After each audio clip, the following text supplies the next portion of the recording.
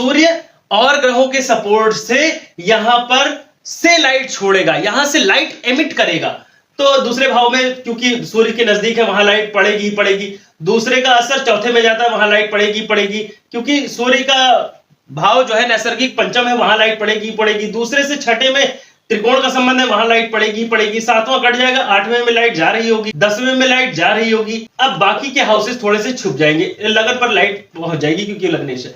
तो यानी कि 7th 9th, क्योंकि 9th इससे षडाष्टक हो गया, फिर भी लाइट 9 तक पहुंच जाएगी। 11th और 12th ये हाउस, 7th 9th 11th और 12th हाउस, यहां पर सूर्य का प्रकाश कम पड़ रहा है, बट रिफ्लेक्टर्स कई जगह लगे हो सकते हैं। कई और ग्रहों के माध्यम से लाइट सूर्य की यहां तक पहुंच जाती है, जैसे चंद्र ही हो गया, जहां पर चंद्र बैठ जाए तो मतलब सूर्य का प्रकाश ऑटोमेटिक वहां ड्राइव हो जाएगा। दूसरे भाव का कारक बृहस्पति अगर इन भावों में चला जाए जहां प्रकाश नहीं पहुंच रहा है तो ऑटोमेटिक प्रकाश वहां जाएगा। हमें तार को समझना पड़ेगा। हम देख रहे हैं कि लगन लॉर्ड सूर्य सेकंड में गया है, जहां तक कि चेहरे पर, आंखों पर, गले पर बैठ गया। आपकी आंखों के सामने अगर तेज रोशनी आ जाए, धीरे धीरे आपको दिखाई देना कम हो जाएगा, आंखें चकाचौंध हो जाएंगी, इसीलिए आंखों पर असर आता है। आपने कई बार देखा होगा दूसरे या लगन पर बैठे हुए सूर्य में आंखों में प्रॉब्लम आती है, क्योंकि आपके रोशनी बिल्कुल आपके चेहरे के सामने कर दी गई है, सूर्य जैसी तीव्र रोशनी, तो आंखें बचेंगी या खराब हो जाएंगी। ऐसे ही अगर लगन लॉर्ड सूर्य के साथ बैठता है, अगर कोई और लग्नेश बनता है सूर्य के साथ बिल्कुल क्लोज कंजंक्शन में बैठता है,